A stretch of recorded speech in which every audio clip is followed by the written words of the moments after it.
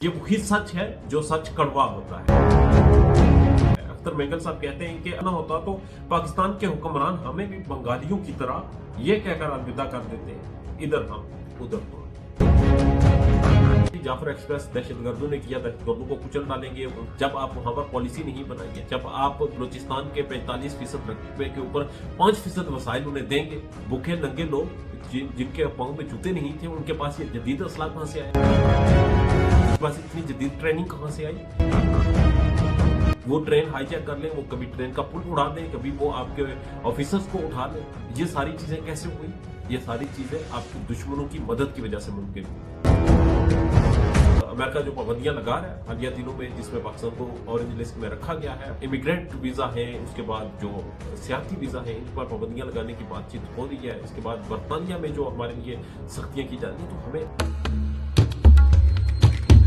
Welcome जी मेरा social media platform से। मैं उपकार बगा और आप देख रहे हैं मेरा फेसबुक और यूट्यूब चैनल। बलूचिस्तान में जाफर एक्सप्रेस ट्रेन का वाकया अल्लाह अल्लाह करके इख्तिताम पजीर हुआ। वहां पर अनफॉर्चुनेट हैपनिंग्स हुई, बहुत से लोगों की जानें गई, शहादतें हुई, बहुत से लोगों को अल्हम्दुलिल्लाह वहां से बाजियाब करवाया गया। सिक्योरिटी फोर्सेस को बड़ी एप्रिसिएशन मिली।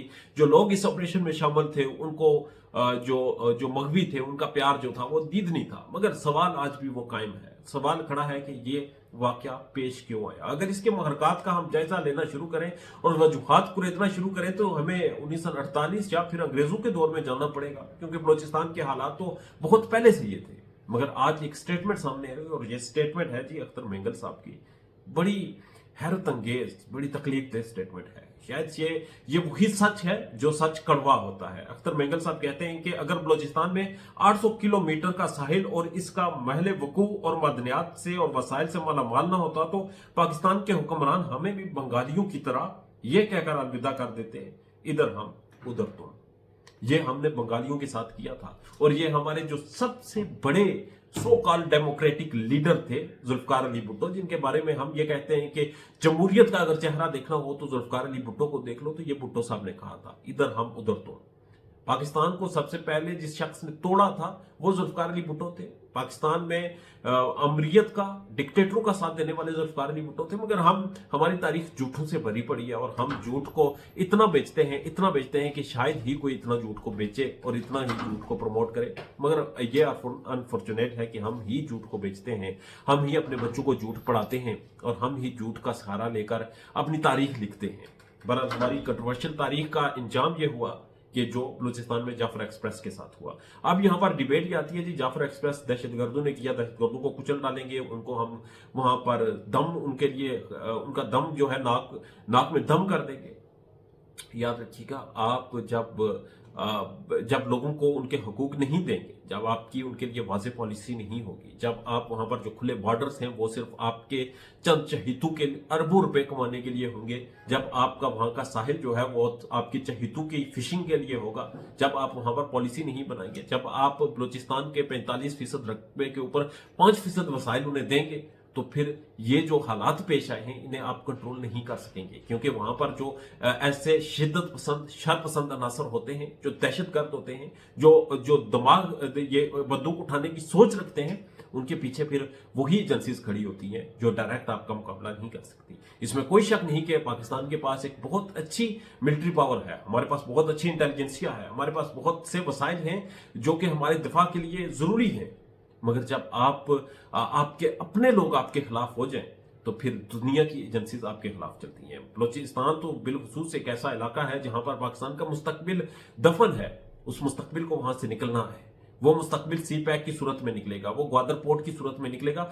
पाकिस्तान के लिए एक गोल्डन एरिया है वो बलूचिस्तान, ग्वादर, ये सारा इलाका।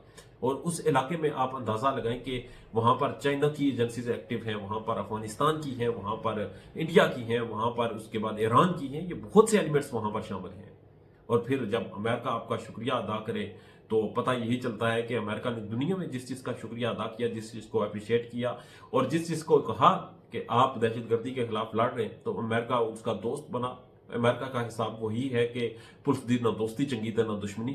तो अमेरिका की ना दोस्ती अच्छी ना दुश्मनी, हमें न्यूट्रल रहना चाहिए। और अमेरिका जो पाबंदियां लगा रहा है हालिया दिनों में, जिसमें पाकिस्तान को ऑरेंज लिस्ट में रखा गया है, पाकिस्तान के जो इमिग्रेंट वीजा हैं, उसके बाद जो सियाती वीजा हैं, इन पर पाबंदियां लगाने की बातचीत हो रही है। इसके बाद बरतानिया में जो हमारे लिए सख्तियां की जा रही हैं, तो हमें अपना सोचना पड़ेगा, हमें अपना घर देखना पड़ेगा, हमें अपनी पॉलिसीज को रिव्यू करना पड़ेगा।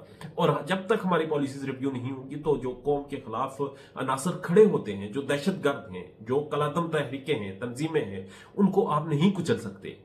क्योंकि जब आप अपने घर में आपकी पहुंच मजबूत नहीं है तो आप बाहर कैसे लड़ेंगे? दुनिया की एजेंसीज वहां पर उन्हें इन्वेस्टमेंट करेंगी, वो उन्हें सपोर्ट करेंगी, वो पैसा लगाएंगी, वो आपको खरीदने की कोशिश करेंगे, आपके लोगों को। तो यही कुछ हो रहा है बलूचिस्तान में। आपको लगता है कि बलूचिस्तान के वो भूखे नंगे लोग जिनके पांव में जूते नहीं थे, उनके पास ये जदीद असला कहां से आया? उनके पास इतनी जदीद ट्रेनिंग कहां से आई?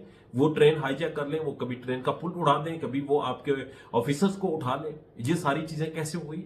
ये सारी चीजें आपकी दुश्मनों की मदद की वजह से मुमकिन हुई। और जब आप अपने दुश्मनों को मौका देंगे तो वैसे ही मदद करेंगे।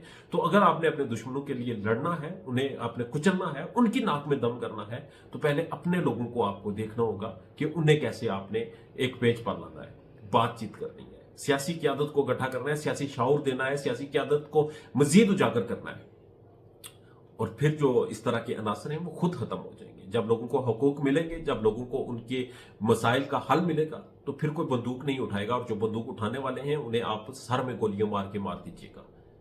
मगर जब तक आप लोगों को हकूक नहीं देंगे, जब तक आप सियासी शौर को पैदा नहीं करेंगे, तब तक ये बंदूक वाला एक मारेंगे 10 पैदा हो जाएंगे। अपना और अपने चाहने वालों का ढेर ज्यादा ख्याल रखिएगा और जरा सोचिएगा। इजाजत दीजिए अल्लाह ने के बाद।